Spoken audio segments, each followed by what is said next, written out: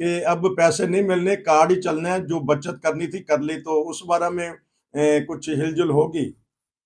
تو یہ بھی لوگوں کا تاثر ہی ہے نا. ابھی فیصلہ ہوگا, جب بات سامنے آئے گی تبھی پتہ لگے گا کیا ہے.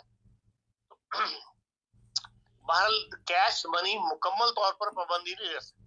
اچھا, وہ سپریم کورٹ کا فیصلہ ہے, وہ ان کو بند کیش منی لوگوں کے باتھ روم وغیرہ کے سامان خریدنے کے لیے, ان چیزوں کے لیے, سگریٹ خریدنے کے لیے, اگر کوئی مشروب پیتا ہے تو اس کو مشروب خریدنے کے لیے کوئی نہ کوئی سپریم کورٹ میں معاملہ ایک دفعہ جا چکا ہے, اور ان کا ہے کہ آپ مکمل پابندی نہیں لگا سکتے.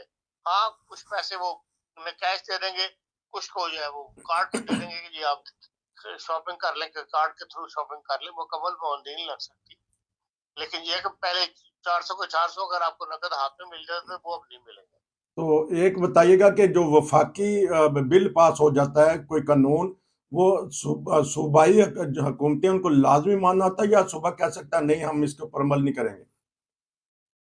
نہیں, یہاں کا سسٹم یہی ہے کہ بھئی ہر مہینے ایک کانفرنس ہوتی ہے صوبائی رابطہ کمیٹی کی, جس میں تمام وزیر اعلیٰ شریک ہوتے ہیں, اور وہاں پہ یہ مسئلے پہلے ڈسکس کر کے ان کے نوٹس میں لا کے ان کی رائے لے کے پھر پاس کر کے وہاں سے پھر یہ آگے نیشنل اسمبلی جو ہے وہ کرتی ہے. ایسی تمام جس کا تعلق عام صوبوں سے ہوتا ہے یا عوام سے ہوتا ہے, تو اس کے معاملے یقین پہلے وہاں ڈسکس کرے صوبائی اسمبلی کے صوبائی رابطہ کے اندر, اور پھر یہ مرکز میں لے کے جاتے ہیں. یہ ایسا نہیں ہوا کرتا ہے سوسائٹیز کے اندر, پڑھی لکھی سوسائٹی میں, کہ نیشنل اسمبلی کچھ پاس کر دے اور یہ کہہ دیں کہ ہم نہیں اس کے اوپر عمل کریں گے. اس کی نوبت نہیں آیا کرتی, اسی لیے یہ پہلے ہی ہر چیز جو ہے کلیئر کروا لیتے ہیں. تو خان صاحب ایک یہ بھی بتائیے گا کہ جس طرح امریکہ, کینیڈا یا انگلینڈ میں بھی ہے, کارڈ سسٹم عوام استعمال کرتے ہیں, یہاں دیکھا تو گیا سپر مارکیٹ میں کہ کارڈ سسٹم چل رہا ہے, یا بڑے بڑے business man on line banking کرتے ہیں. ابھی مجھے خط ملا ہے, میں نے مکمل تو نہیں پڑھا, اس میں یہی لکھا ہے کہ آپ کو گھر بیٹھے ہی سہولیات دیں گے ٹیلی فون کے ذریعے, نہ صرف عام دنوں میں بلکہ ہفتے والے دن بھی. تو اس بارے میں یہ کون سی پالیسی ان کی ہو رہی ہے؟ اب ان کے پاس عملہ کم ہے, یا بچانا چاہتے ہیں کہ لوگ آئے نہ تو سارے آن لائن پہ چلے جائیں, یا کارڈ کے اوپر لانا چاہتے ہیں؟ کوڈ سسٹم آیا ہے, یہاں پہ بہت ساری پبلک ڈیلنگ کے اندر تبدیلیاں ہو گئی ہوئی ہیں. جی جی تمام سرکاری دفاتر کے اندر وہ کہتے ہیں اپوائنٹمنٹ لے کے جاؤ. جی, پہلے وہاں صبح لائنیں لگ جاتی تھیں انمیلڈ اسٹیلے پہ یا دوسرے سرکاری محکموں کے اندر. اب یہ کیفیت نہیں ہے, وہ کہتے ہیں اپوائنٹمنٹ لے کر آپ آئیں. بہت سارے کام جو ہے وہ آن لائن ہی ہو جاتے ہیں. جیسے انمیلڈنگ کروانے کے لیے بندے کو پہلے خود جانا پڑتا تھا, اب یہ ایک انمیلڈنگ بغیر جائے گھر بیٹھے ہی آپ کی انمیلڈنگ ہو جاتی ہے ایک جگہ سے دوسری جگہ.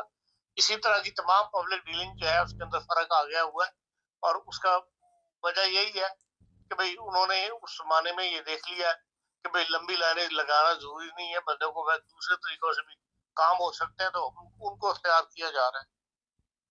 ناظرین یہ ایک اسپیشل پروگرام, اب جرمنی والے خوش ہو جائیں, وہ کہتے ہیں کہ خان صاحب سے یہ بھی پتہ کریں, یہ بھی پتہ کریں, یہ بھی پتہ کریں.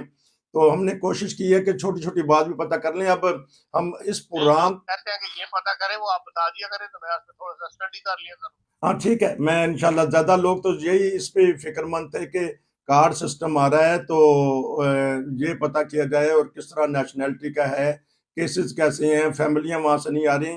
اور بعض لوگ کہتے ہیں کہ نکاح کو اتنی دیر ہو گئی ہے, بیوی نہیں آ رہی, میاں نہیں آ رہا, بچے نہیں آ رہے. اور کل تو ایک باتیں دوست پوچھ لیتے ہیں کہ کوئی قانون آ رہے ہیں, تو بتائیے گا. آپ نے ویزے کے بارے میں معلومات تو دے دی تھی پہلے. ناظرین یہ تھا آج کا خصوصی پروگرام جرمنی کے قوانین کے بارے میں. جس طرح ہم نے عرفان خان صاحب سے سوال کیا کہ بہت سارے لوگ معلومات لینا چاہتے ہیں, اگر آپ کے ذہن میں کوئی سوال ہے, آپ جرمنی میں رہتے ہیں اور آپ پوچھنا چاہتے ہیں نیشنلٹی کے بارے میں, آپ پوچھنا چاہتے ہیں نئے قوانین کے بارے میں, آپ پوچھنا چاہتے ہیں کام کے بارے میں, آپ پوچھنا چاہتے ہیں پاکستان سے فیملی جو نکاح فارم جو ہوتا ہے اس میں دیر ہو جاتی ہے اس بارے میں, تو ہمیں سوال بھیجیے. ہم انشاءاللہ عرفان خان صاحب سے آپ کے جو سوال ہیں ان کے جوابات لیں گے. اور ناظرین اگر آپ بھی کوئی ہمارے ساتھ پروگرام کرنا چاہتے ہیں, ہم ہر دفعہ کہتے ہیں واٹس ایپ پہ میسج کریں.